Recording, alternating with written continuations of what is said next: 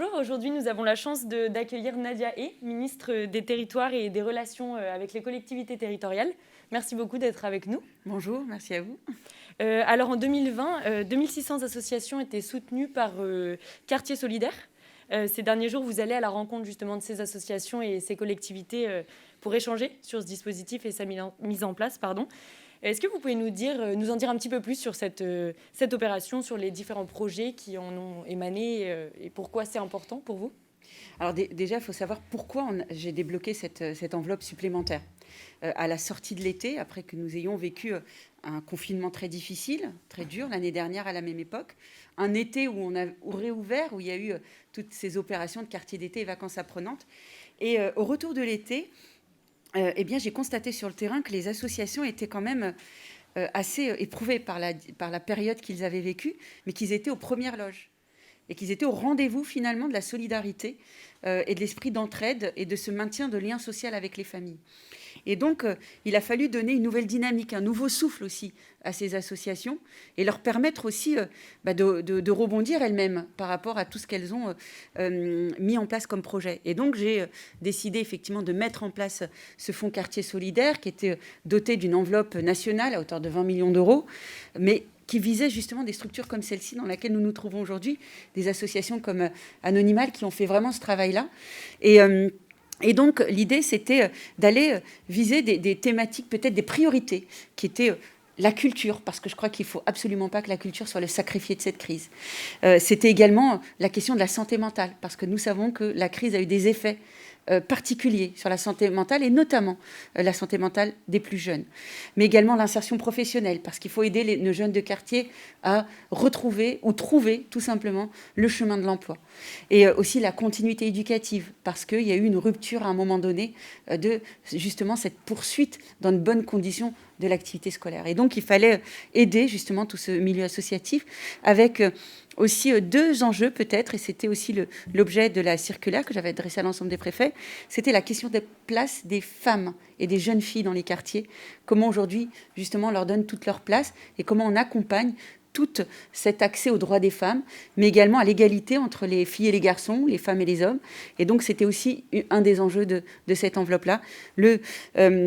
Deuxième enjeu, c'était d'aller financer de nouvelles associations. Toutes ces associations qui sont nées de ce confinement et qu'il faut davantage les accompagner, peut-être sortir aussi de sous les radars toutes ces associations qui ont beaucoup œuvré, qui continuent d'œuvrer, mais qui ont besoin de reconnaissance, mais surtout de soutien de la part de l'État. Et donc, c'est tout l'objet de Quartier Solidaire qui, je dois dire, a été un succès. Et c'est ce qui m'a amené à prendre donc cette deuxième décision d'annoncer un quartier solidaire jeune d'un montant de 10 millions d'euros. J'ai fait l'annonce il y a quelques jours et qui vise à soutenir toutes ces actions, mais pour les moins de 25 ans. Et du coup, vous avez donc annoncé la reconduction de l'opération Quartier l'été. Et quelle forme elle prendra cette année ? Elle prendra la forme que vous voudrez bien lui donner. Parce que nous avons aussi cette volonté, comme pour le premier projet, enfin le premier programme Quartier d'été, c'est de faire confiance au territoire, faire confiance aux associations, faire confiance aux élus pour mettre en place des activités qui soient avant tout festives, qu'on sorte de cette période que nous avons vécue très morose, et donc de retrouver de l'optimisme, de la joie, de la festivité à travers tout cet été. Et évidemment, peut-être de penser à la sortie de crise, et donc de réfléchir à des projets qui soient à la fois festifs, mais également qui soient aussi à des projets qui peuvent accélérer cette sortie de crise sur la question de l'insertion professionnelle des jeunes, sur la continuité, l'apprentissage éducatif. Et c'est pourquoi il y a tout un programme des vacances apprenantes et des colos apprenantes porté par mon collègue Jean-Michel Blanquer. C'est aussi tout ce que nous faisons autour de la culture, et c'est ce que fait ma collègue Roselyne Bachelot à travers l'été culturel. Tout cela sont des programmes qui sont faits pour l'ensemble des habitants. Quartier d'été, il a sa spécificité, c'est de se concentrer sur les quartiers prioritaires de la ville. Donc voilà, qu'on ait une sortie de crise aussi qui permette à ces quartiers de rebondir aussi, tout comme rebondira l'ensemble du territoire national. Oui, un peu de joie dont on a bien besoin en ce moment. On parle souvent de continuité éducative, de parcours de l'enfant, et comment justement l'émergence des cités éducatives vont pouvoir y contribuer ? Alors, j'étais à Miramas ce matin, Et donc Miramas vient tout juste d'être labellisée cité éducative. Et donc la cité éducative prendra toute sa place et se mettra en œuvre dès la rentrée septembre 2021.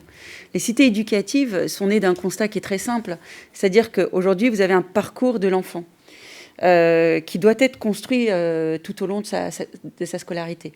Et on était parti bien depuis trop longtemps sur une question d'aboutissement, c'est-à-dire presque de dispositif. Alors voilà, vous avez tel bac, L, S, ES, ou technique ou professionnel, donc on part du diplôme pour orienter l'enfant. Or, ce n'est pas du tout comme ça qu'il faut voir aujourd'hui un parcours de l'enfant. Donc, on a changé totalement de paradigme, de notre façon de penser le parcours éducatif. Et donc, on s'est dit, on va partir de l'enfant. Et on va regarder tout son écosystème autour. Qui participe dans la vie de l'enfant ?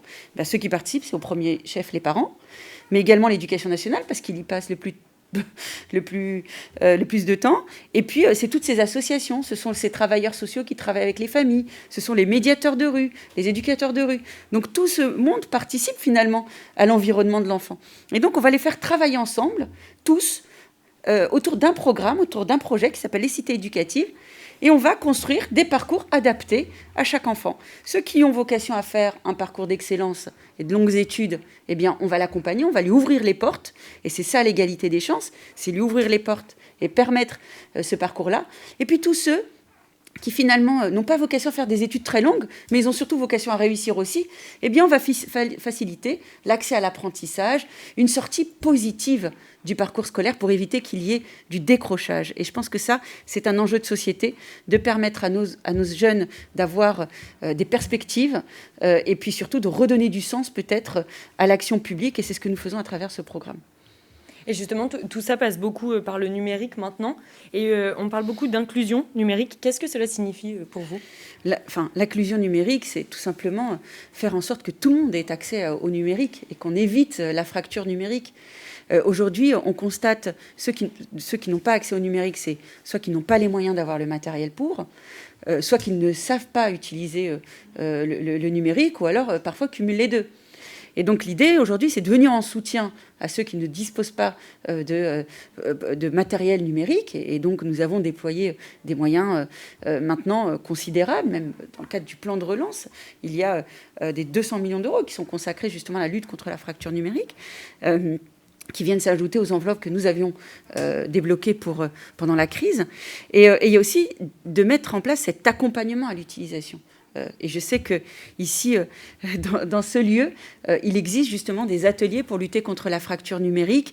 Je pense que c'est le sens de l'histoire, c'est d'aller dans cette direction pour répondre à deux enjeux. Celui de la continuité éducative, parce qu'aujourd'hui, nos enfants doivent concilier aussi le numérique. Et donc ça, c'est un enjeu considérable. Et puis, nous ne sommes pas à l'abri de d'autres crises, quelle que soit leur forme. Eh bien, il faut que cette continuité éducative puisse continuer, et donc la mise à disposition du matériel. Et puis le deuxième, c'est l'accès au droit de toutes ces familles. Et nous avons aussi vu des familles qui se retrouvaient en détresse, en précarité, parce que tout simplement, il y a eu une rupture des droits. Et la rupture des droits, elle est souvent liée au non-accès au numérique. Donc là aussi, il faut non seulement faire de la médiation du numérique, il faut avoir également les outils pour, et développer justement tout ce qui peut contribuer, aider au meilleur usage aussi du numérique. Donc voilà, c'est notre objectif, c'est de soutenir des actions aussi qui sont déployées ici, mais aussi aller peut-être beaucoup plus loin dans ces questions-là. Et c'est ce que nous sommes en train de déployer et que nous aurons encore à déployer ces prochains mois et ces prochaines années. Et une dernière petite question sur les quartiers prioritaires de la ville, comme le Jas de Bouffan ici. On les définit très souvent par leurs difficultés. Est-ce que vous êtes d'accord avec cette définition ? Alors moi, vous savez, enfant des quartiers, j'y suis née, la ville de Trappes m'a vu naître et grandir. J'ai quitté Trappes à 30 ans, mais j'y retourne 2-3 fois par semaine, parce que ma mère habite toujours dans la tour où j'ai grandi. Je peux vous dire que ce ne sont absolument pas des territoires qui concentrent uniquement des difficultés. Évidemment, ce ne sont pas des quartiers difficiles, ce sont des quartiers où la vie est difficile. C'est une nuance extrêmement importante. Évidemment, il y a une concentration de difficultés parce que, voilà, il y a eu des décisions qui ont été prises qui remontent à 40 années de politique de la ville, de construction aussi urbaine, qui ont concentré aussi des difficultés au même endroit. Donc l'idée, c'est de déconstruire cela à travers tous les programmes que nous portons de rénovation urbaine. Mais c'est aussi mettre en lumière tous les talents et les énergies qu'il y a dans les quartiers. Ici, il passe beaucoup de choses, il y a de très belles idées. Ce sont souvent des laboratoires d'expérimentation et des territoires d'innovation, vraiment. Et maintenant, ce qui leur manque, c'est des outils, tout simplement. Pour accompagner cette dynamique, c'est le manque d'information aussi. L'accès à l'information est tout aussi essentiel. Et donc, l'idée, c'est de leur permettre cette information et de les accompagner. Tout à l'heure, on a eu des slides qui nous ont été présentés. J'étais un peu perturbée, si je puis dire, et je n'ai pas manqué de le faire remarquer, parce que j'ai vu que dans le cadre des contrats de ville, les contrats de ville, c'est ce qui lie le ministère de la Ville aux élus. Et il y avait une répartition de cette enveloppe, avec de la cohésion sociale, avec du développement économique, avec l'éducation. Donc en fait, il y a des priorités qui sont bien établies. Et donc la répartition des contrats de ville. Et il y a une ligne qui m'a particulièrement marquée, c'est le développement économique. Et ça, pour moi, le développement économique répond à deux enjeux très forts. En premier lieu, évidemment, c'est de donner de l'emploi à nos jeunes dans les quartiers, ou aux moins jeunes, aux habitants des quartiers. C'est aussi de créer de la richesse et donc de la valeur, et donc de l'emploi, donc permettre à ces jeunes de créer des entreprises aussi. Et c'est aussi un deuxième enjeu, celui de l'attractivité. Et l'attractivité d'un territoire, elle passe évidemment par un cadre de vie agréable, et c'est ce que nous faisons à travers la rénovation urbaine, mais c'est aussi attirer de nouvelles populations à travers une offre commerciale diversifiée, à travers l'installation de nouvelles activités qu'on ne trouverait peut-être pas ailleurs. Ça participe à l'attractivité. Et je vois que l'État investit cette somme de 47 000 euros, je vais prendre les exemples de ce que j'ai vu là, 1 000 euros de la part de la ville, et puis 0 de toutes les autres collectivités de la région, de la métropole, alors que c'est de leurs compétences. Donc moi, je suis un peu frappée de voir qu'on n'a pas encore changé de regard sur la politique de la ville, sur ces quartiers. Les quartiers, on doit sortir de cet accompagnement social, même s'il faut maintenir évidemment l'investissement sur la cohésion sociale, sur le lien social. Il faut aider ces populations à s'en sortir. Et pour s'en sortir, il faut agir sur les causes, donner de l'emploi. Pour donner de l'emploi, il faut aussi donner la possibilité d'en créer. Et donc, peut-être aussi s'attarder aux causes, investir dans les causes, investir justement dans du développement économique. Ce n'est ni une perte de temps, ni une perte d'argent. C'est pour préparer nos générations futures à vivre dans un cadre beaucoup plus agréable, mais surtout beaucoup plus émancipateur par l'emploi. Merci pour votre temps et pour avoir répondu à nos questions. Et merci à vous de nous avoir suivis et à bientôt pour une prochaine interview du MAG.